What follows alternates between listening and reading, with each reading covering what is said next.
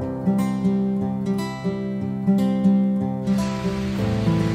trop trop beau.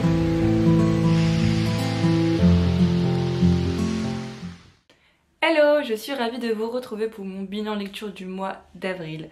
Finalement, j'ai un peu plus lu que ce que je pensais qu'il allait être possible de lire. J'étais en train de créer cette phrase dans ma tête, ça n'allait pas. Je suis un peu fatiguée, je suis désolée. Mais comme j'ai eu... au tout début, je suis allée à Brighton, après en entre-temps... Pendant le mois d'avril, je suis allée au Salon du Livre de Québec pendant une semaine, donc j'avoue que la lecture c'était pas ça. Mais j'ai quand même réussi à lire des petites choses. Du coup, je vais plutôt faire une vidéo dédiée au bilan lecture et une autre à mon book haul, parce que bien sûr qu'il y aura un book haul. Je pense, et je vais essayer, comme on est là tout début mai, je pense que je vais essayer de commencer des bookmails parce que j'adore regarder ce format de vidéo. J'en ai encore regardé là ces 2 derniers jours. J'ai vu ces formats sur la chaîne de Lucia Lu, sur la chaîne de Perfect Flow, sur la chaîne de La Magie des mots, donc bref, beaucoup de chaînes que j'aime beaucoup suivre. Du coup, depuis le temps, Kimi Collection, etc. Bref, il y en a beaucoup qui la font et j'avoue que ça m'a toujours donné très envie. Du coup, je me suis dit, bon, écoutez, autant se lancer, hein. J'aime les regarder, donc je pense que j'aimerais les faire. Puis je trouve ça beaucoup plus dynamique que vous montrer mes book hauls tout d'un coup, dans une seule et même vidéo. Les vidéos vont changer, etc. Bref, vous m'avez compris. Les plans vont changer, les fonds vont changer, la luminosité va changer. Écoutez, ça va apporter un peu de vie. Mais je pense que ce serait une bonne chose. Du coup, celle-là risque d'être un peu moins longue, mais bon, au pire, je pense que ça vous fait pas grand-chose de plus. Je voulais commencer cette vidéo avec ma lecture des graphiques. Alors, il y en a que j'ai pu parce que vous le savez, je suis pas là pour l'éternité, on va dire. Donc, dès que un BD ou un roman n'est pas un coup de cœur, je le mets en boîte à livres, je le donne à des librairies, bref. Ou si je les ai achetés, je les revends, etc.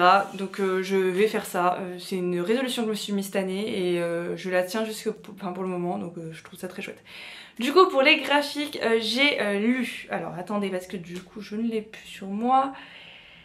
J'ai lu chez Dupuis Renard Rusé de Servet, donc c'est de la faune symbolique. La faune symbolique, en fait, ce sera une collection. J'ai vu qu'ils en feront plusieurs sur plusieurs animaux. Là, Renard Rusé, donc forcément, c'est sur le renard. Et en fait, c'est plein de petites histoires. Je vous mettrai la couverture par ici.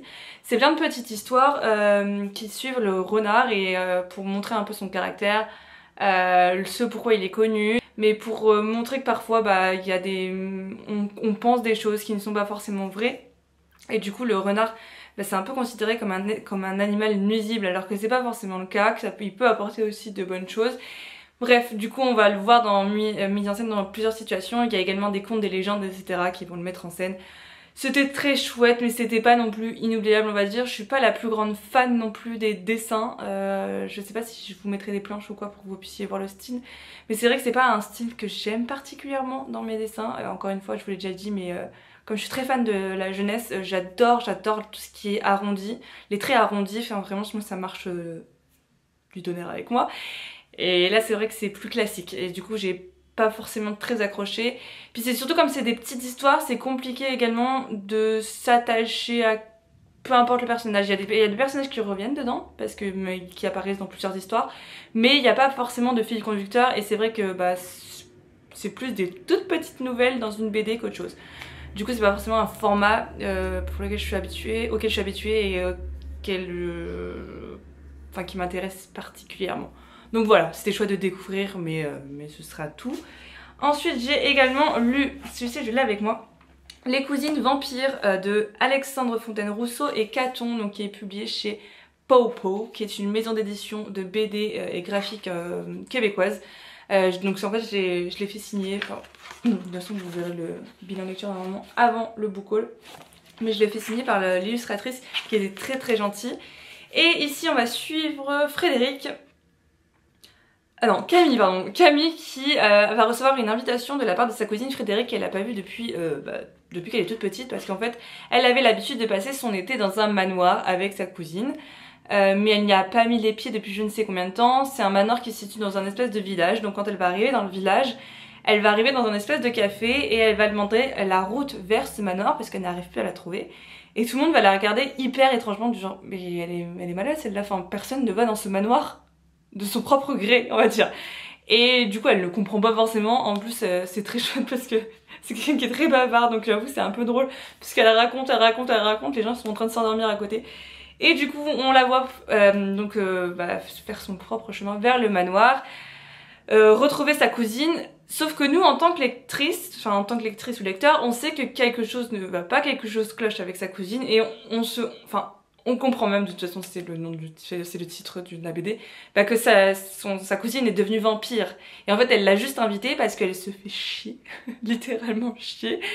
Et du coup pourquoi pas transformer son autre cousine en vampire également pour qu'elles soient vampires toutes les deux. Sauf que Camille du coup ne le voit pas du tout. Enfin vraiment elle arrive, tout est sale, tout est crade, il y a des rats de partout, il y a des toiles d'araignée de partout.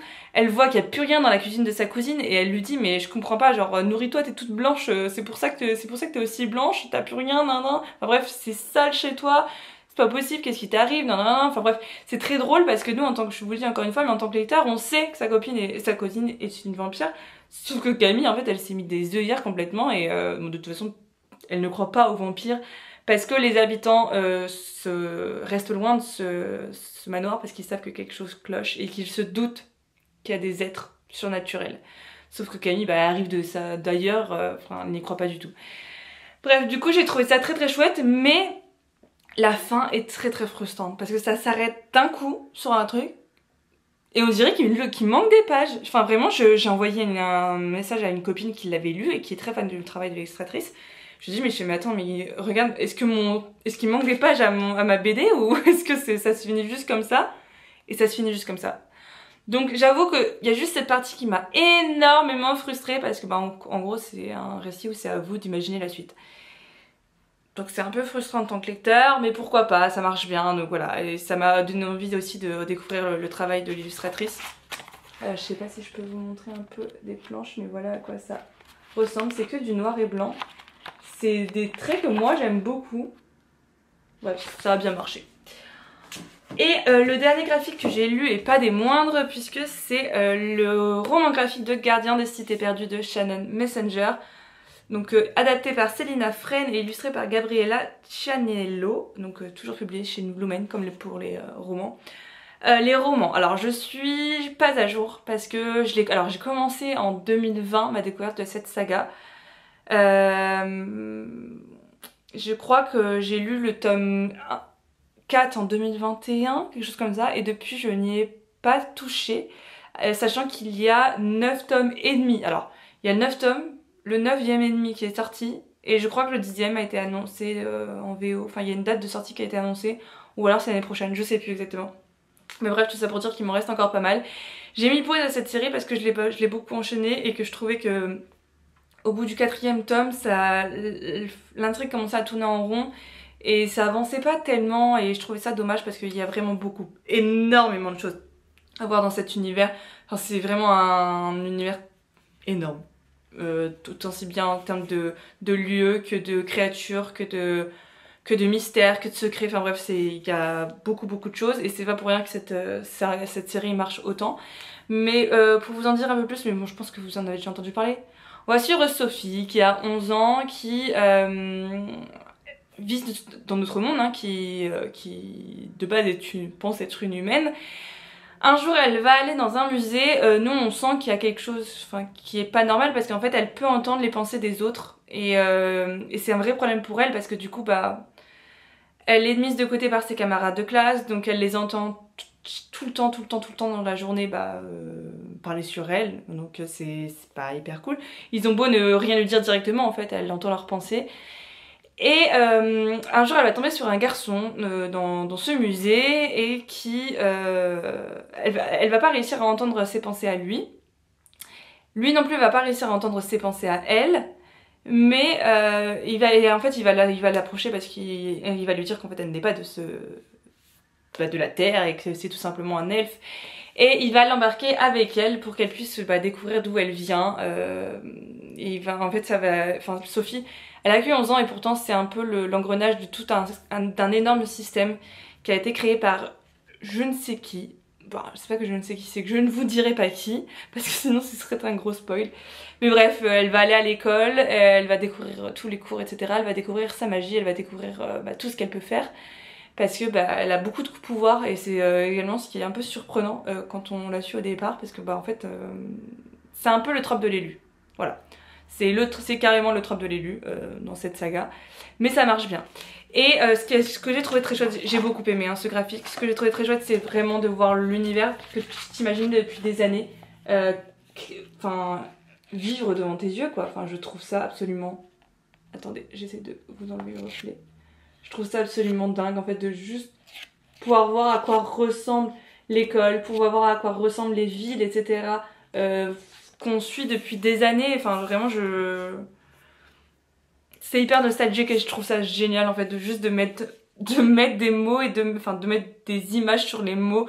Vraiment si on pouvait faire ça avec tous les univers, ce serait vraiment très très chouette, au moins tous les univers qu'on adore. Du coup je vous le conseille et bien sûr que je lirai la suite également en graphique parce que là c'est la partie 1. Attendez, c'est le volume 1 partie 1, donc on suit vraiment que la première moitié du tome 1. Mais ça se finit... Je sais même plus si ça se finit sur un cliffhanger. Et ce qui est très chouette, c'est qu'à la fin... Non, ça se finit pas sur un cliffhanger. Et à la fin, il y a même des pages bonus où on peut apprendre à dessiner nos personnages préférés.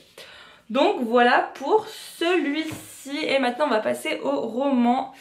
Je vais peut-être faire dans l'ordre quand même. Ah oui. Alors, j'ai lu le tome 2 de... Gilded. Waouh, je suis enfant. Le tome 2 de Gilded, donc je l'ai fini début avril, donc Curse de Marissa Meyer, que j'ai bien aimé, mais sans plus. J'ai bien aimé retrouver les personnages, mais j'ai trouvé ça lent. Très très lent. Je trouvais qu'il ne se passait pas grand chose, alors que c'est dommage parce que l'univers était plus sombre que dans le tome 1, parce que vous le voyez à la couverture de toute façon, mais Serilda elle va avoir un autre pan de l'univers qu'elle ne connaissait pas. Elle va rentrer dans ce château où les fantômes vivent et elle va vivre parmi eux. Enfin bref, cette partie était vraiment chouette, mais il n'y avait pas de choses assez sombres, de choses assez frissonnantes pour aller dans l'univers et pour aller dans le... Ouais, pour me donner envie de rester dans cet univers. Et je trouvais que la romance était très cucu et que Serilda perdait ce panache que j'aimais trop dans le tome 1. Je sais pas, elle était vachement rentre dedans dans le tome 1, elle se laissait pas faire, c'était un personnage que j'aimais beaucoup par rapport à ça, et je trouve que là elle devient très très sage, et genre elle dit plus grand chose quoi, et je trouvais ça trop dommage en fait de la faire disparaître entre guillemets comme ça, ou de faire disparaître son gros caractère comme ça, surtout par rapport à tout ce qui lui arrive, bref, t'as juste une envie, c'est vas-y, rentre-lui dedans quoi, vu tout ce qu'il te fait, t'as le droit en fait de lui rentrer dedans.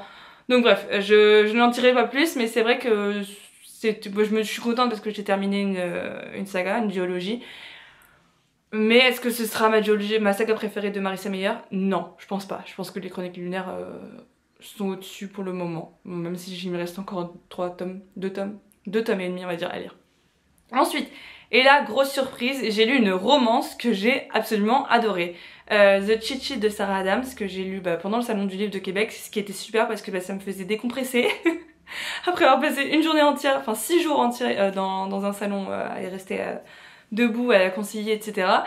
Et c'est vraiment tout ce que j'aime en romance. Vous savez, la romance c'est vraiment pas un genre que j'aime, c'est vraiment pas un genre dans lequel je suis habituée, que j'ai l'habitude de lire. Du coup, le peu de romances que je lis, je veux que ce soit de bonnes romances en fait. Donc par exemple, j'ai lu L'effet boule de neige de Clara Hérault en fin d'année dernière que j'ai adoré. En plus, c'est une romance de Noël, d'habitude j'aime pas ça. J'ai beaucoup aimé parce que il y avait de la communication. Et ben laissez-moi dire, mesdames et messieurs, que The Cheat Sheet est bourré de communication. Genre vraiment, tout ce dont je rêve dans une romance était là. C'était drôle, c'était frais, c'était sans prise de tête. C'est un Friends to Lover, donc pour tous ceux qui en ont marre là des Enemies to Lovers, ce que je peux comprendre parce qu'on ne voit plus que ça. C'est tellement bien un meilleur ami à amour. Genre c'est tellement chou parce qu'il y a tellement de respect entre eux, il y a tellement de communication, ils se connaissent depuis des dizaines d'années, ils se connaissent par cœur en fait, ils sont meilleurs amis. Sans vous spoiler, hein, on le sait dès le début, les deux sont amoureux l'un de l'autre, mais aucun des deux ne veut prendre le risque de le dire à l'autre parce qu'ils ont peur de perdre cette amitié qui pour eux leur est tellement précieuse. Et c'est tellement chou, mais je vous jure, genre vraiment je les ai adorés, j'ai adoré les deux personnages, il n'y en a pas un que j'ai préféré par rapport à l'autre. Ce qui est bien, c'est qu'on suit les deux points de vue de manière alternative, donc au moins on peut voir l'avancement des autres. Et vous savez ce moment où il y en a un qui a peur de trop dire et l'autre qui est là qui dit mais vas-y dis-moi en plus parce que j'attends que ça. Et nous en tant que lecteur on est frustrés, mais c'est pas la frustration genre mauvaise, c'est genre vraiment genre on a juste une envie, c'est vas-y faites-vous votre déclat là, c'est le moment les gars, on est avec vous. Mais ouais j'ai trouvé ça génial. Y a pas trop, moi j'ai pas trouvé qu'il y avait de clichés. Elle est surtout que c'est des personnages qui sont plus vieux on va dire que ce qu'on a l'habitude dans la romance. Il me semble qu'ils ont 25, 26, 27 ans, quelque chose comme ça. Lui, il est joueur de football américain professionnel. Elle est professeure de danse dans un club qu'elle a elle-même construit. Et c'est vraiment trop chouette également de voir les deux milieux sociaux parce que bah, lui, il est toujours entouré de stars, de caméras, etc. Elle a pas l'habitude de ça, mais pour lui, elle va accepter des choses. Il y a également un autre trope que j'aime particulièrement bien en romance, mais je vais vous laisser découvrir ça. Mais bref, c'est une romance toute douce pour l'été, vraiment foncée. Enfin je me serais trop bien vue sur la plage avec mon livre, je l'aurais dévoré je pense parce que là j'ai mis une semaine parce que j'avais pas forcément la tête à ça, mais même en n'ayant pas le cerveau disponible pour ça, je l'ai adoré. Je l'ai adoré tellement que j'en fais une propagande en interne. Donc c'est pour vous dire à quel point vraiment genre trop chouette. Lisez-la. Et en plus, ce qui est très chouette, c'est que là, il y a un autre livre, donc c'est The Book World, je crois, qui vient de sortir là tout début avril et qui suit un des personnages un des personnages secondaires de Cheat Sheet et bah, qu'on va suivre dans dans ce spin-off, dans ce préquel, dans ce sequel, bref, dans ce nouveau livre. Du coup, bah, je lirai la suite, ce sequel, après plaisir, parce que vraiment, j'ai passé un super bon moment. Ensuite, j'ai lu, et là, rien à voir, mon avant-dernier livre, en lecture commune avec Lauralie et Jeanne, une de mes collègues. Bon, finalement, on n'a pas réussi à tant suivre que ça, mais du coup, plus avec Lauralie. J'ai lu la 5e saison de N.K. Jemisin. Et laissez-moi vous dire que c'était laborieux. Alors, pas que du côté négatif. C'est une lecture que j'ai bien aimée, même si j'aurais aimé l'aimer encore plus. C'est pas une lecture simple, mais vraiment, je pense que c'est une des lectures les plus compliquées que j'ai pu lire. C'est de la science fantasy, donc il y a beaucoup de termes scientifiques, surtout au début en fait. Au début, il y a des chapitres de dumpling, enfin d'infodumpling qui sont trop, genre vraiment j'ai des chapitres où je ressortais de là, j'étais épuisée et j'envoyais un vocal à l'oreille, je lui dis mais en fait là je n'ai rien compris, c'était trop, genre vraiment il y en avait trop d'un coup. Mais plus t'avances dans le récit, mieux c'est, plus tu commences à comprendre. Ce qui est chouette, c'est qu'on suit 3 points de vue différents. Une petite fille, une jeune femme et une femme un peu plus âgée, je sais plus, quarantaine, cinquantaine, je sais plus exactement. Et bref, on va les suivre dans tout ça, dans cet univers, et ça nous permet de comprendre beaucoup plus ce qui se passe. Il y a un twist que je n'avais pas vu du tout venir, que Lauralie avait totalement vu. D'ailleurs, heureusement qu'elle ne me l'avait pas dit parce qu'elle m'aurait gâché la surprise, parce qu'à un moment donné, elle m'envoie « Ouais, je pense à quelque chose, est-ce que je peux te donner ma théorie ?» Je dis « Non, bah attends, parce qu'elle est trop forte dans là-dedans. » Je lui dis « Bah attends qu'on ait fini et tu me le diras. » Et il se passe ce qui se passe, et je lui envoie et du coup, je lui envoie, je lui dis « Bah, je suis sûre que c'était cette théorie dont tu parlais. » Et oui, c'était ça. Enfin bref, elle est trop forte. Moi, je n'avais pas du tout vu venir ça, donc... C'est pour ça, c'est pour dire qu'en fait, oui, ça m'a perdue, oui, j'ai été perdue, mais en même temps, j'ai passé un quand même bon moment. C'est aussi un de ces livres dont vous entendez beaucoup parler. En fait, j'ai vu la vidéo de Camille de Camelot Magigadou, et c'est exactement ce que j'ai ressenti avec ce livre. C'est en fait un livre que j'ai beaucoup vu passer. J'ai vu les vidéos où les gens en parlaient, donc je m'étais fait un récit, un film dans ma tête, et au moment de le lire, je me suis dit mais en fait ce n'est pas du tout ce à quoi je m'étais attendue, genre vraiment pas. Je n'avais pas compris que c'était un post-apo. Enfin vraiment je ne pensais pas que c'était un post-apo, tout simplement. Du coup ça a changé toute ma manière de voir ce livre, et qui avait une espèce de magie, etc., qui est compliqué à décrire, mais je sais même pas vous en dire tant que ça, j'arrive même pas à parler du résumé, je trouve ça hyper compliqué en fait. Du coup attendez, on va faire quelque chose, hein. Ce sera mieux. Je vais juste vous lire parce que le résumé est tout petit. C'est écrit: la terre tremble si souvent sur votre monde que la civilisation est menacée en permanence. Le pire s'est d'ailleurs déjà produit plus d'une fois. De grands cataclysmes ont détruit les plus fières cités et soumis la planète à des hivers terribles, d'interminables nuits auxquelles l'humanité n'a survécu que de justesse. Les gens comme vous, les orogènes, qui possèdent le don de dompter volcans et séismes, devraient être vénérés, mais c'est tout l'inverse. Vous devez vous cacher, vous faire passer pour une autre, jusqu'au jour où votre mari découvre la vérité, massacre de ses poings votre fils de 3 ans et kidnappe votre fille. Voilà, donc c'est pas tout beau tout rose, hein. C'est vraiment genre il y a des scènes vraiment très compliquées. Mais encore une fois, on a juste envie d'en savoir plus. Donc je sais que le rallye va lire très très vite la suite. Moi je sais que j'ai besoin d'un plus gros temps pour digérer le tout parce que sinon ce sera trop et je pense que je vais faire un trop plein d'un coup de cet univers. Enfin ça va être trop. Je sais que je me connais donc ça sert à rien que je me force. Mais je pense que vu la fin, je vais lire la suite. Et j'ai entendu dire que la suite était encore meilleure et que c'était cette suite qui faisait en sorte que tous les gens deviennent accros à cet univers. Donc écoutez, je vais pas faire ma tête de mule hein, et je vais lui laisser une seconde chance entre guillemets et on verra bien ce que ça va donner. Donc voilà, et le dernier, et ça m'a fait du bien avec cette lecture on va dire, j'avais juste une envie, c'était de lire quelque chose de léger, de young adulte, qui je savais n'allait pas me prendre la tête, rien. Du coup, je me suis pris un des livres les plus petits que j'avais dans ma palle, Mysteries of Thorn Manor de Margaret Rogerson, donc c'est l'édition Grimoire, vous savez, qui était sortie chez Big Bang.